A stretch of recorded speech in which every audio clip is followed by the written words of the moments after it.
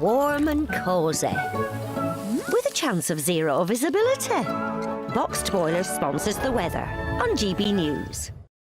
Hello there, welcome to your latest GB News weather forecast from the Met Office. There remains a lot of cloud across the UK. There's some of us have been lucky and seen some glimmers of sunshine, also some low cloud, mist and murk, outbreaks of rain and drizzle too. This weather front across central swathe of the UK will continue to give some rain and drizzle through the rest of today and tonight, and then the next weather system starts moving in from the Atlantic as well. So for most of us, a damp end to the day, outbreaks of rain and drizzle in places, but there'll be some clear spells around southeast England, parts of western fringes of England and Wales, up into northern Scotland as well. Here temperatures perhaps dipping close to freezing and patchy frost, but elsewhere generally cloudy, another band of rain pushing into parts of Northern Ireland to give a wet start to Monday here. So for most of us, a grey start to the day, outbreaks of rain in places, but there are some seeing some sunny spells, particularly northern Scotland, Caithness and Sutherland, Aberdeenshire seeing a frosty start with sunny spells, but cloud across Northern Ireland,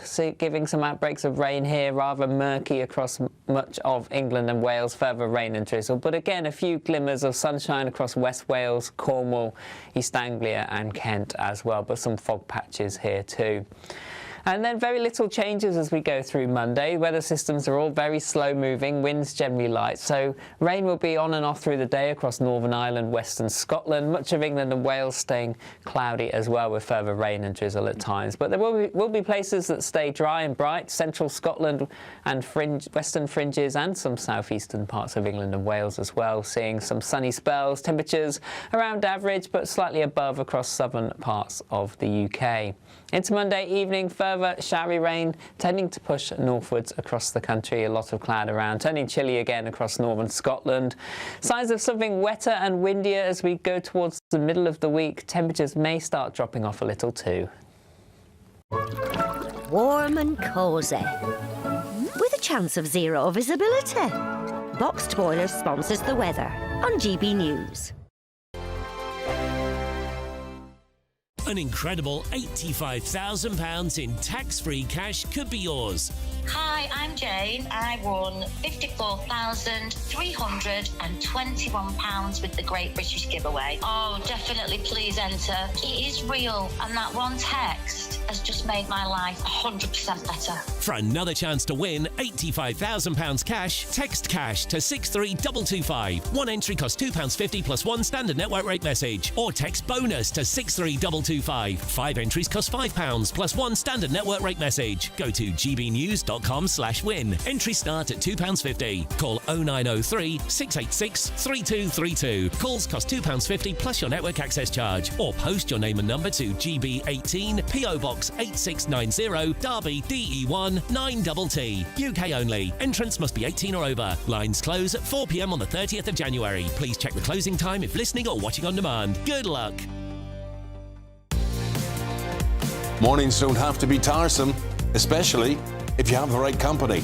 Wake up to news as it happens, opinion and debate, and of course, a little bit of entertainment too. Because when the kettle's on, we're on. That's Breakfast on GB News, a show worth waking up for. Every morning from 6 a.m. Only on the People's Channel, Britain's news channel. We'll spread the news, you spread the word. From the school run to the home run, watch a new show for all of Britain. So he can say whatever he wants. A straight-talking show where all voices are heard. And, you know, when are we going to stop talking about smashing the gangs and actually do it? With the stories that matter from every part of our country. There's a bit of a crash landing there for your Chancellor. Bold, fearless and standing up for you. That's me, Martin Daubney, 3 p.m. till 6 p.m, weekdays, here only on GB News. The People's Channel, Britain's news channel. Westminster's full of talk, but out here, it's the real world. Am I allowed to talk then? No, that's it. This is where it matters, real people and real lives. That's what politics is all about. The fact has Trump made a good start? No. Straight answers, no spin, and just a couple of pints. How many fingers have I got up? About 10. So join me for Lee Anderson's Real World every Friday at 7 p.m, only on GB News. The People's Channel, Britain's news channel. You want to know what's really going on in the corridors of power? Labour don't know what to do with you half the time, and that makes you quite lethal in the chamber. Get behind the headlines with Chopper's Political Podcast. Join me, Christopher Hope, as I sit down with the great and the good of British politics. We'll see where this ruling takes us. These are the stories shaping our nation. Chopper's Political Podcast, available now on all platforms. Listen in and stay ahead.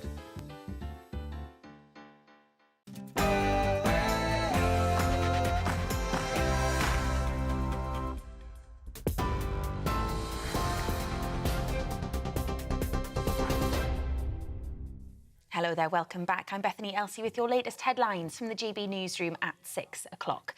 NATO members have condemned Donald Trump's threat to impose further import tariffs unless the US is allowed to buy Greenland, saying the trade war over the territory undermines transatlantic relations.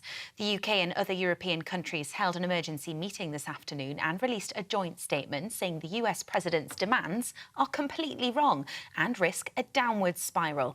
Trump has already imposed a 10% tariff on all goods from Britain and the EU, and that'll increase to 25% if he can't take over the Danish territory. The Shadow Home Secretary Priti Patel says the UK's position is that the future of Greenland should be up to its people and Denmark.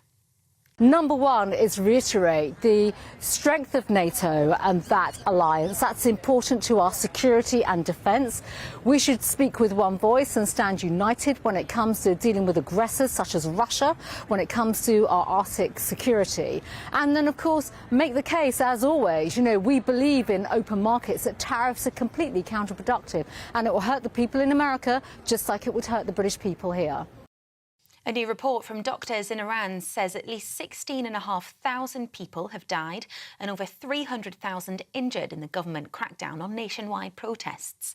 The figures reported by the Sunday Times are compiled from 8 major hospitals and 16 emergency departments and reveal most of the victims are believed to be younger than 30. The Islamic regime imposed an internet blackout on the 8th of January, a move seen as an effort to hide the reported killings and prevent images from spreading outside the country. It's been reported 2 Labour ministers are ready to quit over David Lammy's plans to scrap some jury trials. The Justice Secretary has faced backlash from lawyers and MPs over the proposals, but the government says it's the only way to tackle the huge court backlogs. Carl Turner, a former Shadow Attorney General who's leading a fight against the plans, told The Telegraph 2 ministers have told him they'll resign if the plans go ahead. Australian news outlets are reporting a teenage boy is fighting for his life after being attacked by a shark in Sydney Harbour. The boy, believed to be 13 years old, suffered serious leg injuries and was taken to Sydney's Children's Hospital. He was swimming at Shark Beach, which has since been closed to the public, and people have been asked to avoid the area. Those are the latest headlines. Now let's go to the Camilla Tominey programme, which was recorded earlier today. Take the GB News family with you on any device. As long as you have an internet connection, tune into GB News anywhere on the planet or beyond.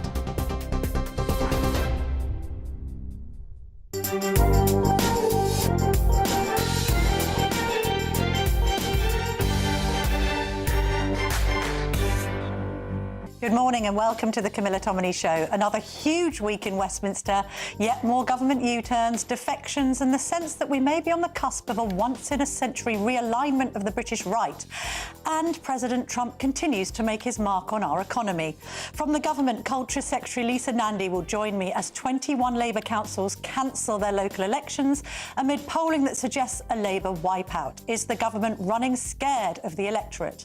From the opposition benches, I'll speak to Conservative Party Chairman Kevin Hollingrake. Reform UK has claimed their biggest scalp yet with the defection of Kemi Badenoch's former leadership rival, Robert Jenrick.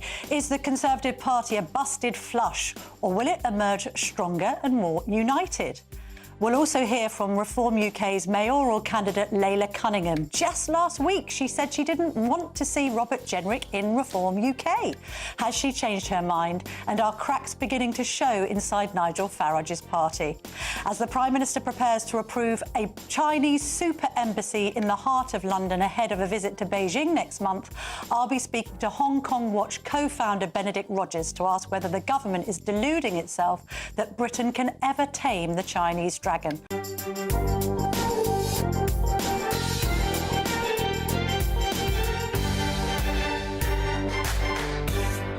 Lovely to see you this morning, Culture Secretary. Thank you for your time.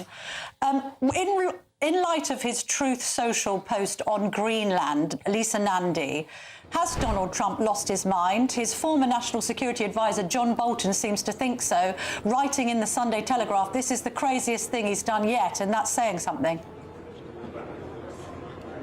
Well, I don't think he's lost his mind, but I do think that the American administration and President Trump are right to be very concerned about security in the Arctic region, and that is what lies behind his concern about the situation in Greenland. For our part as a government, we've been absolutely crystal clear that the future of Greenland is a matter for people in Greenland and the Kingdom of Denmark to determine, and not anybody else. And it is not in our collective interest for NATO allies to be divided on this issue or on the question of tariffs. We think the tariffs are unhelpful and they're wrong, and we need to be working together in order to secure the Arctic region to make sure that we're safe in the United Kingdom and the people of America are safe as well.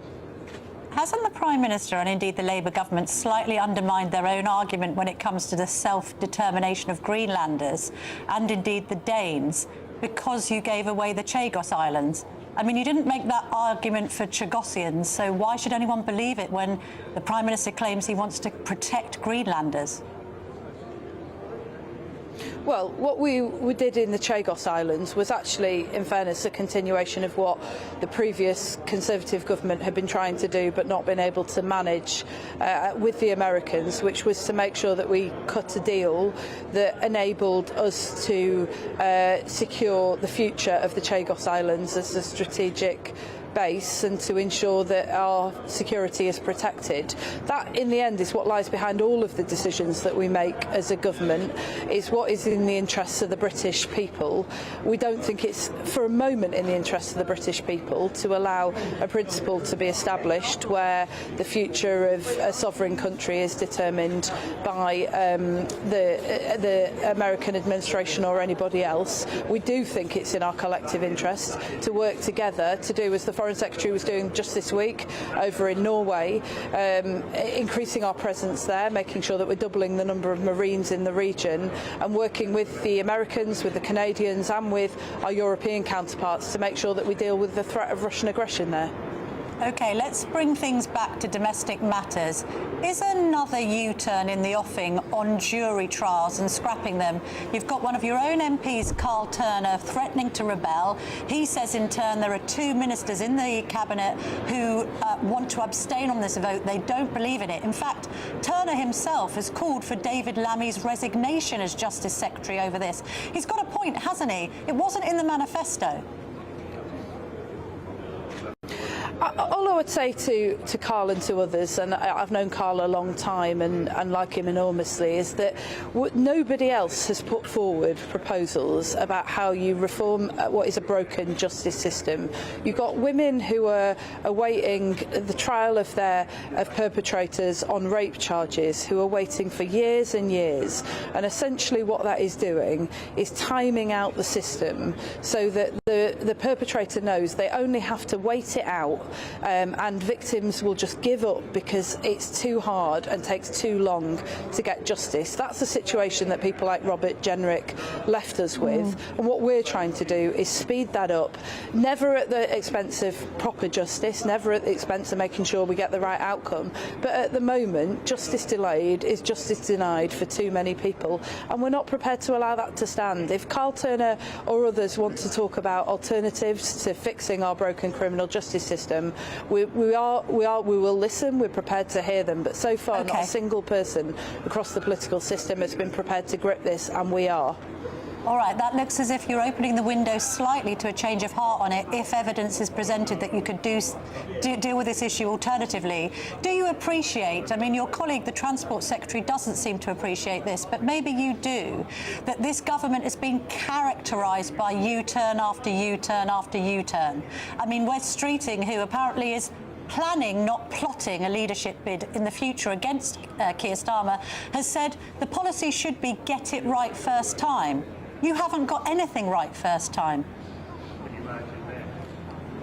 Well, I don't accept that at all. I mean, if you look at the work that we're doing, not just in Wes's area on bringing down waiting lists, but on planning reform to get the houses built this country needs, in terms of setting up Great British Energy and bringing down people's energy bills. If you look at the work that we're rolling out around the country right now, we've been able to make sure that by making tough decisions, we're able to ensure that young people in every part of the country are going to be able to have access to youth clubs and youth workers, arts, culture, music, sport, dance, drama, all the things that working class kids used to have access to, but over the recent decades they can only now access if their parents can pay.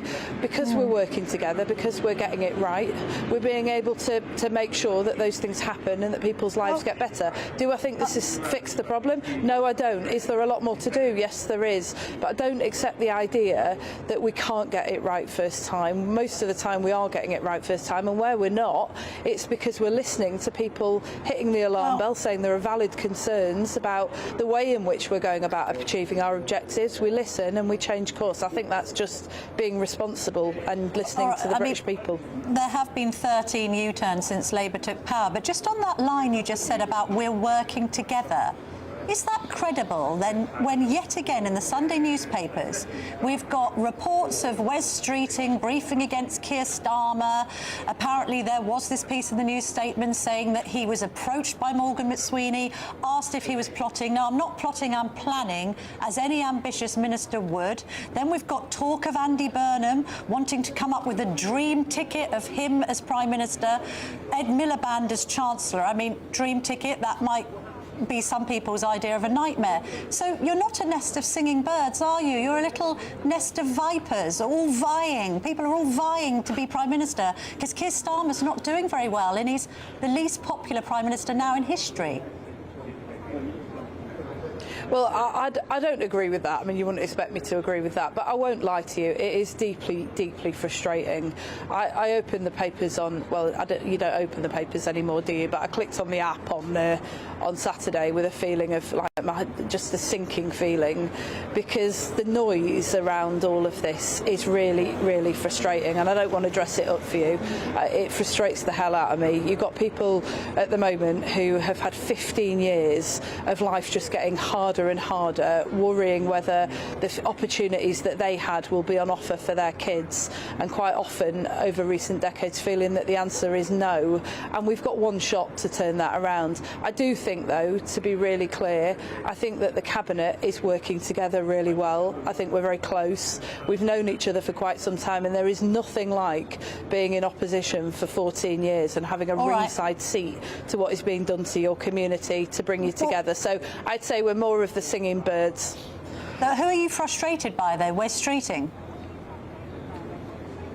No, I'm frustrated by the noise. I'm frustrated by the people who go and talk about these things and brief against each other, or, you know, leak. I would say leak, but actually most of what I read in the papers bears no relation to the sort of conversations that we have behind closed doors, not just what we say, but the tone of what we say. I'm frustrated by those people, and I just wish they'd stop it. All right, let's move on, because I know time is tight. You talk about people having a front row seat for 15 years of Tory disaster, and yet you're denying 4 million of those people a vote in the local elections in May.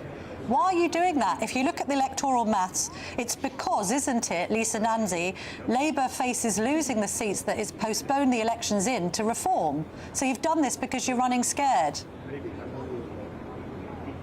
No, what we're doing is reorganising local government, and the reason that we're doing it is because a lot of people in the country right now have a really confusing two-tier system of councils, and we think that that's bad for the country. It means that it's not clear who's responsible for what. I mean, many people just wouldn't know who to go to when there was a problem. It means there's often a disagreement about how to sort out problems when they arise, and it's also very expensive.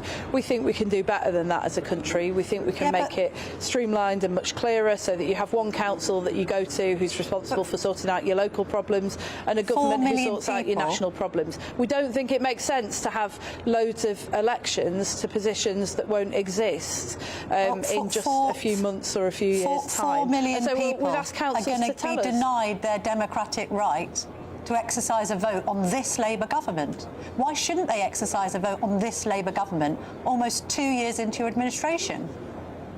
Just on a democratic point, I take it what you're saying about logistics, but you're denying people their democratic rights. And that's an aberration, isn't it, Lisa Nandy? So, look, I absolutely believe in people's democratic right to express their view, and, you know, having been an MP for 14 years, lost most of those elections that we stood in and, you know, campaigned on the Remain side for Brexit, and lost that as well. You'll know, Camilla, that I am a staunch defender of people's right to vote for things, even when I disagree with them, and if they do, I will go out and defend their right to do so and defend their right for that to be upheld. But we've been working, that's precisely why we've been working with local councils, and it's not just Labour councils who've said we think this is a nonsense that will cost us too much money and waste time when we could just get on with reorganising and then holding elections. It's Tory and other councils as well. So we're asking councils to work with us. We're not imposing this from the centre, but we think it serves people better. Can I ask you about the West Midlands former Chief Constable Craig Guilford, who's now been allowed to retire on a full pension? Is that right? Is that right that he should be allowed to retire with no disciplinary action taken against him at all for what was a completely and utterly bungled ban on Maccabi Tel Aviv fans at that Aston Villa match? Well, I'll make no comment about his pension because I'm not across the details of precisely what his pension arrangements are, and I do think in general our police work extremely hard and deserve to retire properly. But on the question of accountability, no, I think this is really, really horrendous, actually. What you've had over the last few months is a situation unfolding where we now know that West Midlands Police made the decision to recommend that we ban away fans from a football match on the basis that they wouldn't be safe because of who they were, because they were Israeli, but in the most part, actually, the fans attending that match weren't going to be Israeli, they were going to be Jewish, and many of them travelling from other parts of the UK, particularly London, to attend the game. Now, I first saw this just after Aston Villa announced that was the decision. We took a view as a government that was completely and utterly unacceptable, and I have watched with real dismay as the West Midlands Police have sought to justify that decision based on what we now know, thanks to the independent review, is information that was completely inaccurate. That is just not acceptable. It's had a chilling effect not just on the Jewish community, but on anybody in this country who believes in the highest standards of policing. I think it's absolutely right that the Chief Constable has gone, but I think there are still serious questions to answer, and I think I'm probably as troubled as most of your viewers watching this programme about the lack of accountability. Thank you very much indeed for joining me this morning, Lisa Nandy.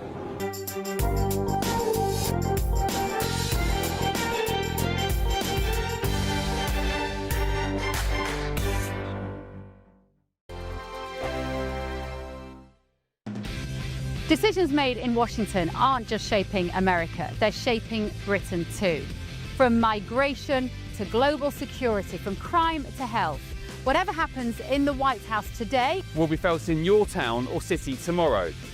That's why The Late Show is live from Washington, D.C. Cutting through the politics to show you what it all means for Britain.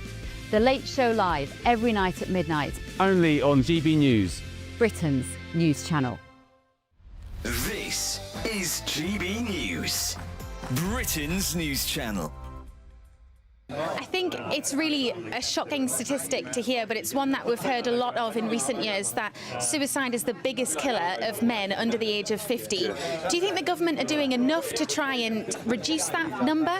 Well, I mean, look, it's a very difficult, very touchy subject. I've lost friends to suicide, so many of us, you know, and it's devastating. It ruins families, ruins lives, and it's so sad that maybe that person did commit suicide, could be here, if there was some bit of support, someone looking out for them. So, look, I'm not pointing the blame at anyone, because life's hard, yeah, and it's only going to get tougher this year. So if anyone watching this wants to set up a little group on a Sunday, go and do it, you know. Look after your friends, look after your community. We're all there for one another. Let's all be there next year and the year after and the year after that. That's what it's all about. And if people want to join in next week, how do they get involved? Get yourself down to Thatcher's Arms in Brent within Essex. Be here for 8 a.m. We're going to have for a lovely stroll to the countryside. Bring your dogs, bring your mates, whoever, come down here. We'll shake your hands. You're all welcome. Be a lovely day.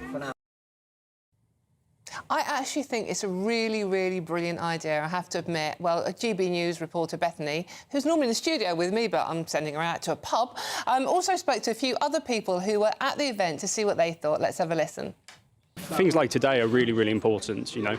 A group of blokes from all walks of life having various different issues that often go unspoken, whether it's, you know, addiction or marital issues or loneliness, social isolation, anxiety, depression, all those sorts of things. You know, it's nice to be able to come down here, have a chat with a bunch of blokes about the various issues going on in their lives. I think it's really important for men. Hearing some of the stories today, you think you're alone all week and different things, and hearing some stories and talking to others today that you're not, you have to have a chill out from work. GB News, the People's Channel. Exciting news. Every Friday, my Patrick Christie's Tonight Show is going to have a twist to it. We're welcoming some special guests. You. That's right, on Fridays I'm going to be doing my show in front of a live studio audience, because this show is about you and what you have to say. It's going to be the same big debates, same big topics, same big opinions, but every Friday night at 9 p.m. you are invited to come on down to Patrick Christie's Tonight to be a part of the action. Only on GB News, the People's Channel, Britain's news channel.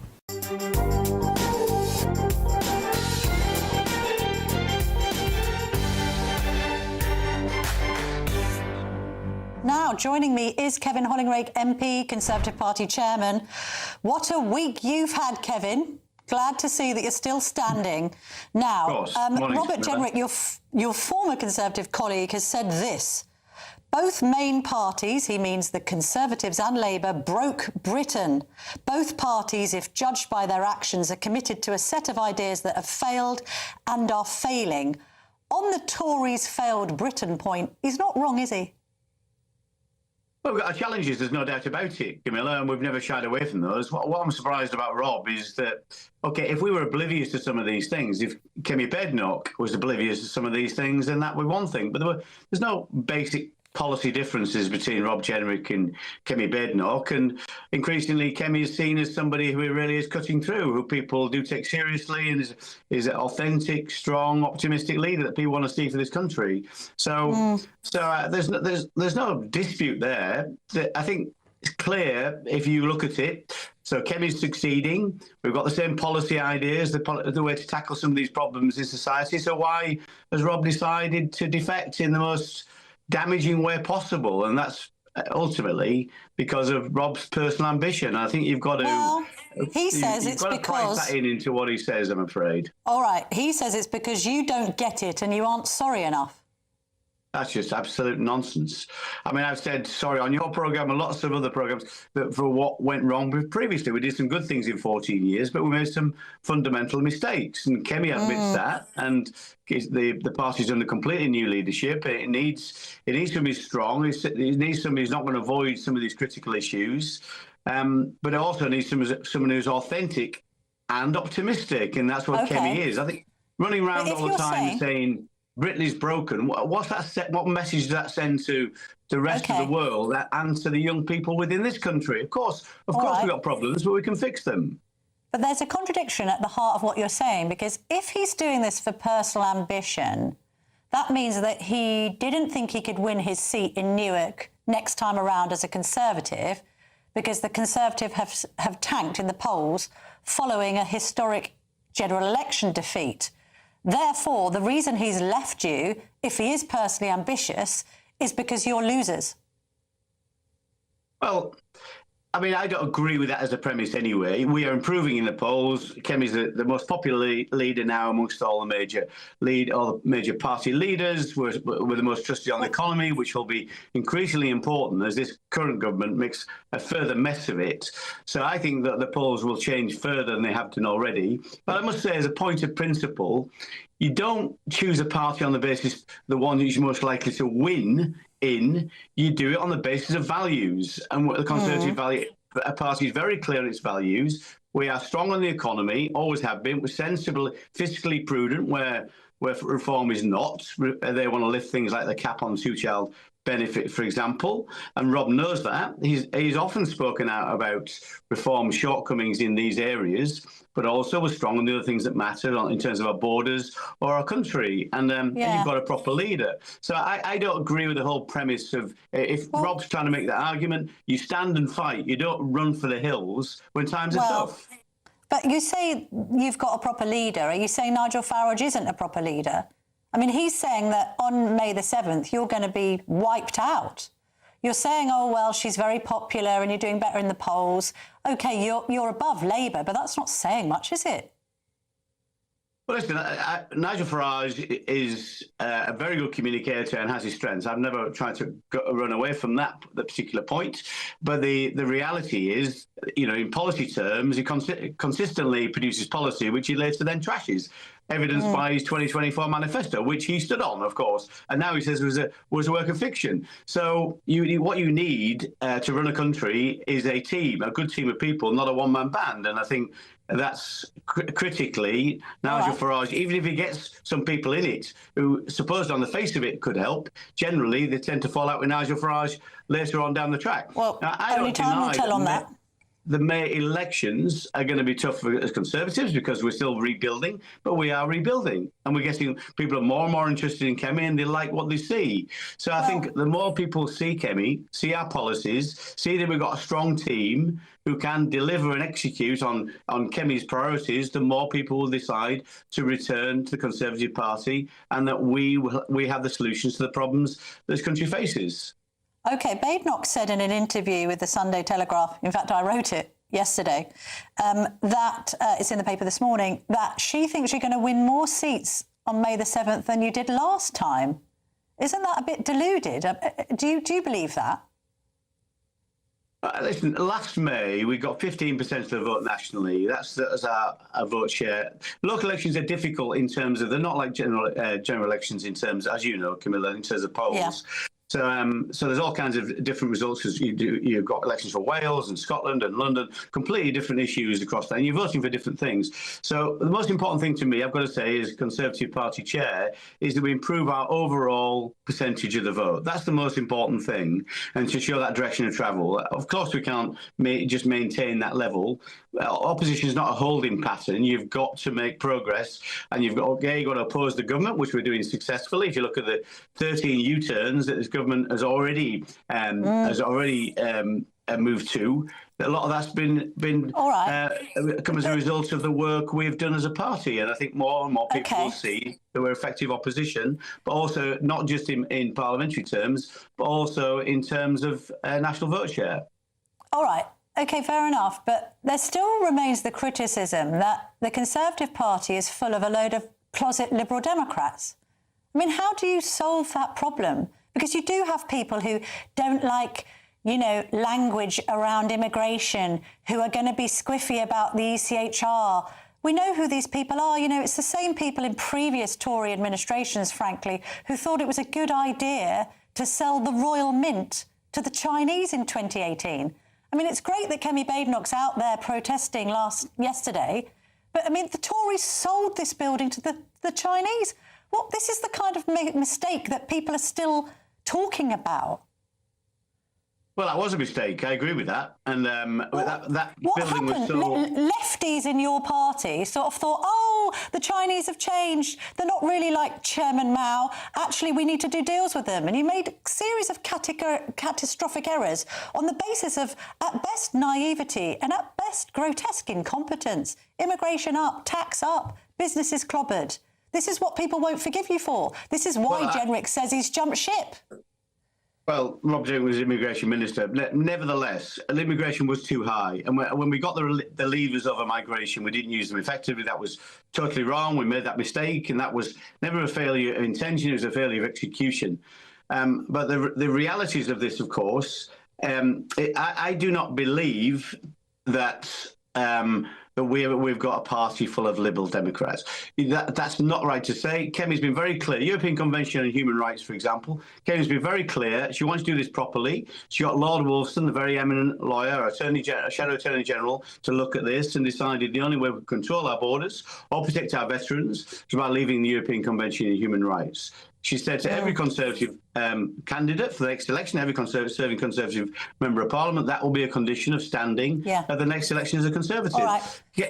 Leadership is very important, Camilla, as you know, hugely important. Kemi's the right leader. She'll make sure our party implements the right policies and their Conservative policies.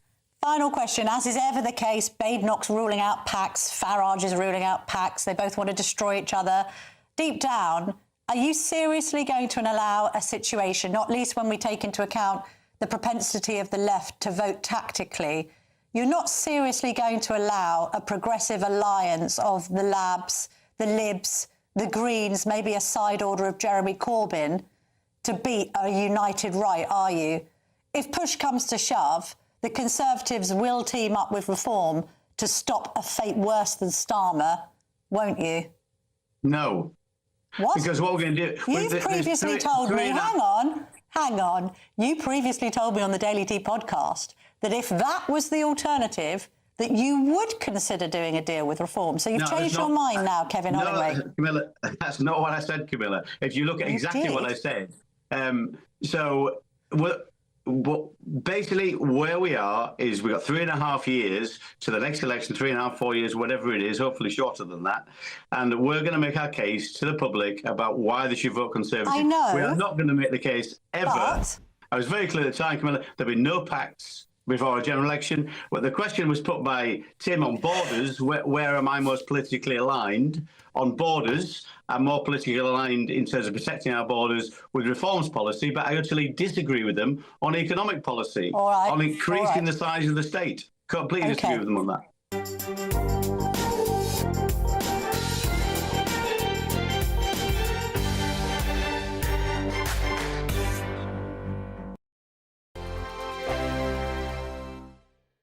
Hello there, welcome to your latest GB News weather forecast from the Met Office, and there's very little change over the next few days. There'll be a lot of cloud around. Tonight we could see some frost where skies clear in places, but most places will be frost free.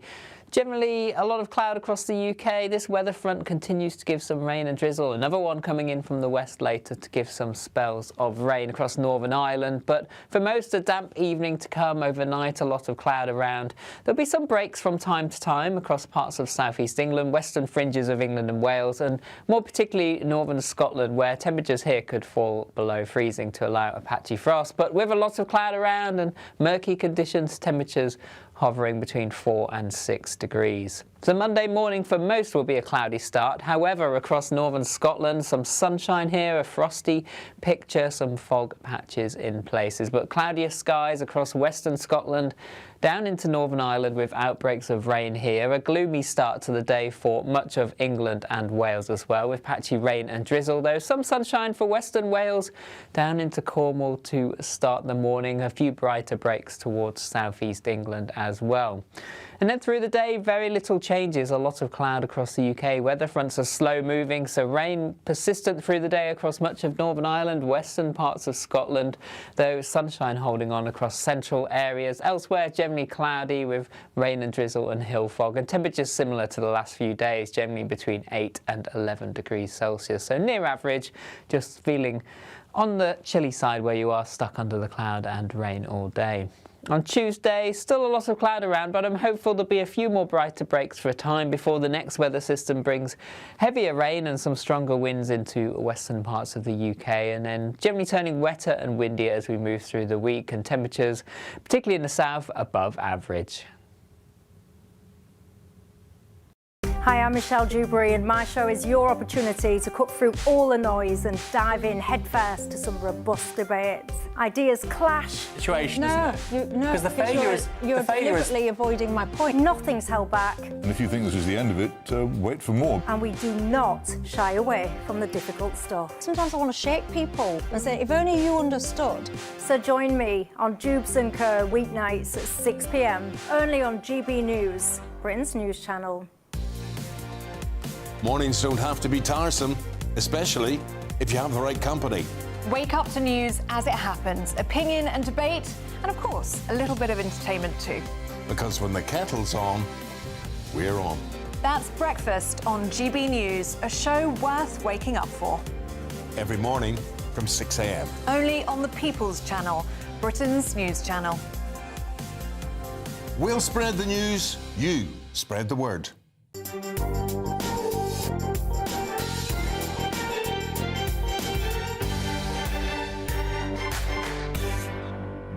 Welcome back. Joining me now is Layla Cunningham, Reform UK's London mayoral candidate. Lovely to see you this morning. Hang on a minute. Robert Jenrick's nicked your catchphrase. You told me last week at the Telegraph that you were the new sheriff in town. Now he's taken that phrase and adopted it as his own.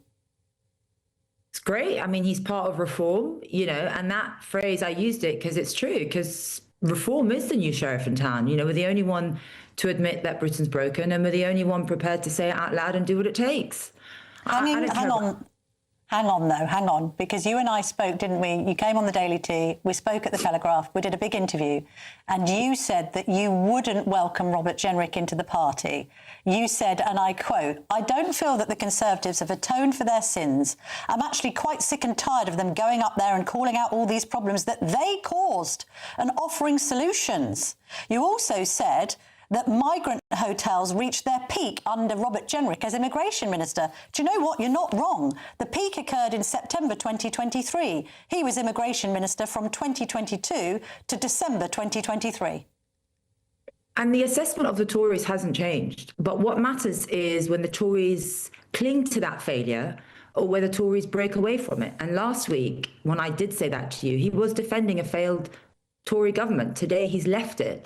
And he eviscerated it, you know, acknowledging, well, he did, you know, and what really stuck with me was when he said that they are so complicit, they are so compromised that they no longer speak, they no longer can speak for the British people. And, you know, Reform's a place for people who accept that the system failed, they were part of it, and they want to make a difference. It's not but you about can accept that you can accept that this. Hang on a minute, Layla. You can accept that the system's failed in the Conservative Party. The point is that Robert Jenrick served under 5, let's count them 5, Tory governments. Even when he's sacked by Boris Johnson, he goes back for more. And now he's saying that the problems that his governments that he served in are somebody else's fault. Why did he go back and serve under Liz Truss and Rishi Sunak if the Conservatives are doing so badly? I make this point because the public, the GB News audience, can sort of see this chicanery, right? They look at it and they go, hang on a minute, this guy's rewriting history. Why can't Nigel Farage see that? Well, I think what Nigel Farage sees, and we all, you know, we trust Nigel Farage's judgment, is him leaving, really, Jenrick leaving the Conservatives, it really signals that they're finished. And frankly, as you say, their record was horrific, and them being finished is good for the country. They broke Britain and they've lost the authority to even look us in the eye and try and fix it. And what matters by him leaving is that it strengthens our project, which is led by Nigel Farage, and it helps deliver a reform government. And that is unequivocally in the national interest of the country. It's not about me. It's not about whether I'm pleased or displeased. It's about what it represents. And it represents the final acknowledgement that the Conservative Party, not only do they no longer speak for the country, they can no longer speak for the country because they are so complicit. And that clarity, I think, is healthy for democracy and it's healthy for the party. Well, so you're complicit until you decide you're not complicit. My argument is this. There's a contradiction at the heart of this premise. On one hand, you've got Nigel Farage and reformers like you saying the Tories failed in government. They failed to govern. and then in the next breath you're saying, we're going to take on the Tories that failed to govern and failed in government to help us to govern because we don't know how to govern. That doesn't make any sense. It doesn't make any sense to take Tories who are complicit in broken Britain and then expect them to change and fix it for reform. You're basically getting the arsonists to put out the fire. Well, I wouldn't say that's right. Well, you know, it takes courage. It really does take courage to leave the Conservative Party and give the speech that he did. He didn't hedge. He didn't sugarcoat anything. I mean, he stood up and he eviscerated them. He said the truth about a party that's failed the country so abysmally. Yes. And I mean, that takes courage, you know, and to admit you're part of the failure, it takes even more courage. And to walk away from it publicly takes courage. Listen, we're not a refuge for career politicians or failed. We're a place for people who finally accept that the Tories failed and want to really help change it. But the Tories accept that the Tories failed. If he had courage, you could argue he could have stayed in the Conservatives and tried to fix his own mess. Second of all, you and I both know Layla, and you've been in the Tories and you defected, and we had an interview, and to be fair, you seem to be very, very consistent in your ideology, OK? The likes of Jenrick and indeed Zahawi have been on a journey, let's put it like that. Jenrick in the past had said, quotes, you only win elections by fighting them from the centre. He was very closely aligned with David Cameron. He signed a letter saying that Brexit would be a betrayal. He likes to pretend this didn't happen, but we know he was nicknamed Robert Generic because it was all over the place. Zahawi welcomed mass migration with open arms. He's had questions over his tax affairs. So I get the whole, let's get some very sensible people who have governed to instruct us how to govern. Are these two really the best people? Politics isn't a permanent damnation. It's not a life sentence. Yes, I've been very strong on my convictions because I've always believed in them. But, you know, people can change their minds. People can change their convictions. It doesn't mean that they don't have them when they change them. You know, it does take some maturity to be able to change your mind. You don't want stubborn leaders. I know, but it's juxtaposed against Farage, isn't it? Because to be fair to Nigel Farage, he's always believed what he's believed and he's always stood by it and he's fought these battles, right? You've taken a couple of Tories here that were never in the trenches with you guys. They weren't fighting. Robert Jenrick wasn't fighting in the trenches over Brexit, OK? But I'm kind of making a deeper point, really. This is in the national interest, according to them both, but yet we also know that both of them were denied jobs. We know that Zahawi was repeatedly offered, repeatedly begged, according to Badenoch, for a peerage, didn't get one. Jenrick loses out on the Tory leadership. The other thing that must be in the back of your mind as reformers, because you've got to work with these guys, is did Jenrick defect because he knew he couldn't win Newark as a Tory? He had to win as a reformer. Because that must be on your mind. I would be concerned if I was a reformer knowing this. No, I think I would be concerned as a Conservative when you have the most popular frontline politician of your party that's defected and said that your party can no longer speak for the people because they're so complicit in the destruction of the country and walking away from a party that you once served. And the thing is, Camilla, so trust is earned, right? So when he first defected, I was, let's see what he's going to say in his speech. And what he said was exactly what we're all feeling. You know, he didn't mince his words. And that, you know, that takes guts. That takes, you know, he admitted they got things so catastrophically wrong. And, you know, it's a patriot that wants to change it. And I think that's what the Conservative Party should be worried about, is that they have their best people leaving in January. Okay.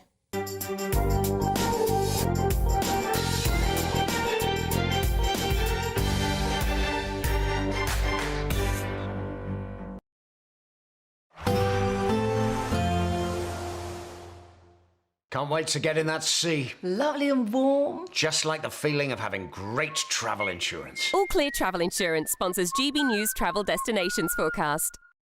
Storm Harry continues to impact parts of the Mediterranean, bringing in some wet and windy weather here. And actually, there's not a lot of sunshine to go around across parts of Europe. The best of the brightness across central and southern parts of Spain. Here's Storm Harry across the central Mediterranean, bringing in some strong winds, some heavy rain, and at times some thundery conditions. Perhaps a little bit brighter at times across parts of Greece. An improvement in conditions into next week, and temperatures widely in the mid-teens. All Clear Travel Insurance sponsors GB News Travel Destinations Forecast. Britain deserves a newsroom that puts the facts and your voice first. Well, and that's what you get on GB News. Lively debates, lively conversations. And we're not afraid to hold power to account. And each other. So join me, Andrew Pearce. And me, Miriam Gates, for Britain's Newsroom, weekdays from 9:30 on GB News. Bold. They are under no illusion. Ray, Are you a human trafficker? boundless. I've had enough of the nonsense, and I'm not afraid to say it. Don't get us on the BBC. Every weeknight, I tear through the headlines. The smell of gasoline. Should we be worried about it? From Westminster madness to cultural war chaos. I'm going to do now, they are throwing things out the car as we speak. Get ready, Britain. Here we go. Patrick Christie tonight, weeknights from 9 p.m, only on GB News, Britain's news channel. Hi, I'm Michelle Dewberry, and my show is your opportunity to cut through all the noise and dive in headfirst to some robust debates. Ideas clash. Situation, No, Because the failure is... You're deliberately avoiding my point. Nothing's held back. And if you think this is the end of it, wait for more. And we do not shy away from the difficult stuff. Sometimes I want to shake people and say, if only you understood. So join me on Jubes & Co. weeknights at 6 p.m, only on GB News, Britain's news channel. Mornings don't have to be tiresome, especially if you have the right company. Wake up to news as it happens, opinion and debate, and of course, a little bit of entertainment too. Because when the kettle's on, we're on. That's Breakfast on GB News, a show worth waking up for. Every morning from 6 a.m. Only on the People's Channel, Britain's news channel. We'll spread the news, you spread the word. From the school run to the home run, watch a new show for all of Britain. So he can say whatever he wants. A straight talking show where all voices are heard. And, you know, when are we going to stop talking about smashing the gangs and actually do it? With the stories that matter from every part of our country. There's a bit of a crash landing there for your Chancellor. Bold, fearless and standing up for you. That's me, Martin Daubney, 3 p.m. till 6 p.m, weekdays, here only on GB News. The People's Channel, Britain's news channel. Join me, Nana Akwe, for an informative, interactive news programme with a difference. It's fun. No, he didn't say that, Dave. I'm so surprised. I think there's an element of truth to that. Join me from 3 p.m. every weekend, only on GB News, Britain's news channel. At GB News, we love to hear from you, our loyal community. So drop us a line at gbnews.com/yoursay. There you can talk to each other and also to the presenters live on air. gbnews.com/yoursay, because GB News is your channel, Britain's news channel.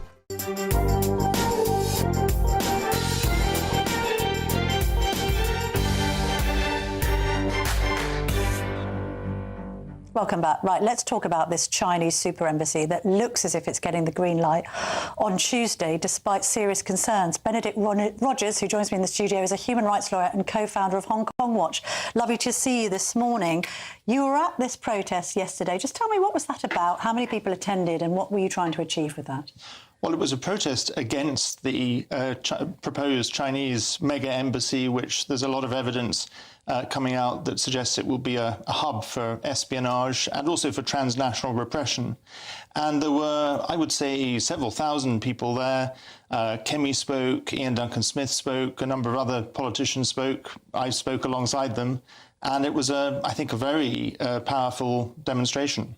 Do we think this thing can be stopped? I mean, it's extraordinary. Three things are extraordinary. First of all, that the last Conservative government sold this site to the Chinese in 2018, OK? The Royal Mint. It's historic. It's right next to these cables that run from the City of London to Europe and the rest of the world. Madness. Exactly. Point two, it's nuts that it's even being considered, as it was on the basis of redacted plans, We now, thanks to The Telegraph, my colleague Gareth Caulfield uncovered the unredacted plans which show the demolishing of a wall right next to this cable, lots of rooms underground, some extraordinary air conditioning system which lends itself to the suggestion that supercomputers will be housed in this basement. This is crazy. Absolutely, it's completely crazy for all the reasons you've just outlined. I mean, firstly, it's a very historic part of our national heritage. It's right opposite the Tower of London. There's also an ancient Cistercian monastery within it that apparently, if you want to go and visit it, once the Chinese open their embassy, you'll have to show your passport. So people like me, you know, I'm banned from China, so I can't go and visit you, it. Ian Duncan, anyone else sanctioned won't be able to visit it. Okay, fair enough. But much more importantly are these highly sensitive cables running between our two financial centres. And this evidence that your colleague has published earlier this week, I mean, that ought to be reason enough to say absolutely no. But why do you think then, because whenever I've spoken to Labour ministers about this, be it David Lammy or others, they were always alluded to the fact that the intelligence services and the police sort of okayed it. Do we think they did that on the basis of not a full set of plans, that they didn't see what was really being planned for the basement? Well, first of all, the Met Police originally opposed it and then mysteriously changed their position. Tower Hamlets Council also twice vetoed it, but then backed down. I can't speak about what the intelligence services were thinking, but I do know a number of former intelligence chiefs have spoken out against it. Richard Dearlove actually has spoken to this show saying this is ridiculous and it shouldn't go ahead. Absolutely. There are some who argue that at the moment the current Chinese embassy, and they have various other buildings across London, so they're spread out. There is an argument that some people make that when they're all in one building, they're easier to monitor. I don't think that's true at all. Firstly, because that's not how Chinese spies work. I mean, they'll spread out anyway, even when they have this one building. It'll actually make it easier for them to coordinate their espionage activities. And, you know, once they're on top of these cables with all the equipment that you've described, what can we do? Well, what can we do? So there's been talk that maybe local residents can stop this. Clearly, it seems as if it's too late for parliamentarians. Is there any way of stopping this? I think there still is. I mean, firstly, I hope that yesterday's protest and the media coverage over the weekend will put pressure on the government. I know the Speaker of the House of Representatives in the United States has spoken out against it. And I hope that parliamentarians will do the same tomorrow. There are also some reports that there may be some divisions in cabinet. We'll have to see if that's correct.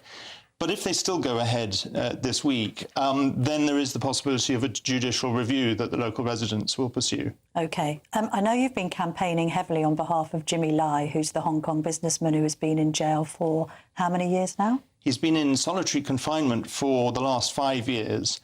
And he was convicted just before Christmas, and we're awaiting his sentence, but it's highly likely that he'll spend the rest of his life in jail. And summarise why the Chinese Communist Party have put him behind bars and in solitary? Well, the head of his international legal team says that he's been jailed for conspiracy to commit journalism, conspiracy... Shock horror. Exactly. Conspiracy to talk about human rights with human rights activists and to talk about politics with politicians.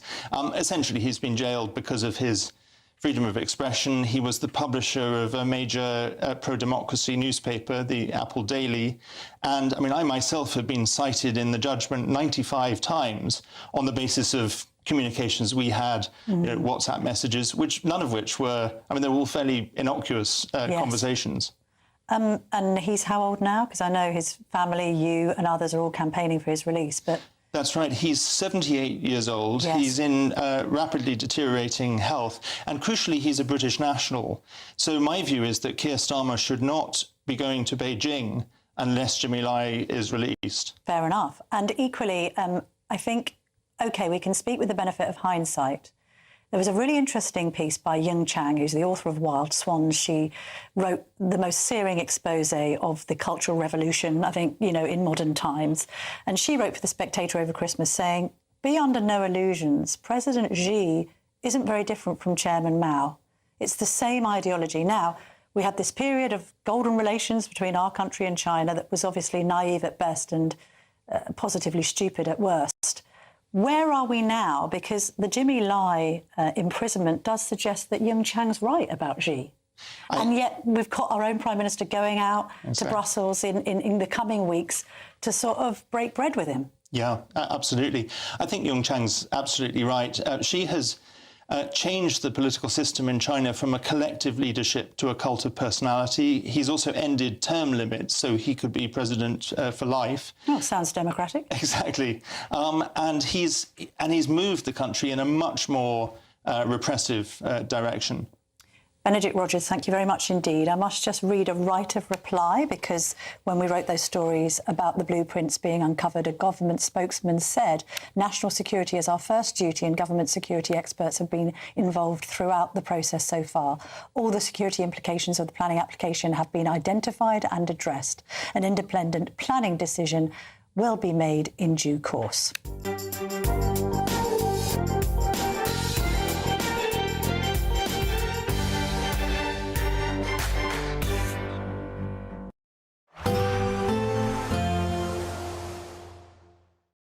Today, clouds overhead, total zen within.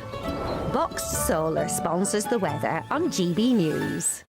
Hello there, welcome to your latest GB News weather forecast from the Met Office, and there's very little change over the next few days. There'll be a lot of cloud around. Tonight we could see some frost where skies clear in places, but most places will be frost-free. Generally, a lot of cloud across the UK. This weather front continues to give some rain and drizzle. Another one coming in from the west later to give some spells of rain across Northern Ireland. But for most, a damp evening to come overnight, a lot of cloud around. There'll be some breaks from time to time across parts of southeast England, western fringes of England and Wales, and more particularly northern Scotland, where temperatures here could fall below freezing to allow a patchy frost. But with a lot of cloud around and murky conditions, temperatures hovering between 4 and 6 degrees. So Monday morning for most will be a cloudy start. However, across northern Scotland, some sunshine here, a frosty picture, some fog patches in places, but cloudier skies across western Scotland, down into Northern Ireland with outbreaks of rain here. A gloomy start to the day for much of England and Wales as well, with patchy rain and drizzle, though some sunshine for western Wales, down into Cornwall to start the morning. A few brighter breaks towards southeast England as well. And then through the day, very little changes, a lot of cloud across the UK. Weather fronts are slow moving, so rain persistent through the day across much of Northern Ireland, western parts of Scotland, though sunshine holding on across central areas. Elsewhere, generally cloudy with rain and drizzle and hill fog, and temperatures similar to the last few days, generally between 8 and 11 degrees Celsius. So near average, just feeling on the chilly side where you are stuck under the cloud and rain all day. On Tuesday, still a lot of cloud around, but I'm hopeful there'll be a few more brighter breaks for a time before the next weather system brings heavier rain and some stronger winds into western parts of the UK, and then generally turning wetter and windier as we move through the week, and temperatures, particularly in the south, above average. Today, clouds overhead, total zen within. Boxed Solar sponsors the weather on GB News. Mornings don't have to be tiresome, especially if you have the right company. Wake up to news as it happens, opinion and debate, and of course, a little bit of entertainment too. Because when the kettle's on, we're on. That's Breakfast on GB News, a show worth waking up for. Every morning from 6 a.m. Only on the People's Channel, Britain's news channel. We'll spread the news, you spread the word. Westminster, the ultimate clique. And you're fighting like rats in a sack. But here on the Camilla Tominey Show, we ask the questions the establishment media is too scared to ask. OK, let me ask you a straight question, because I know you're a straight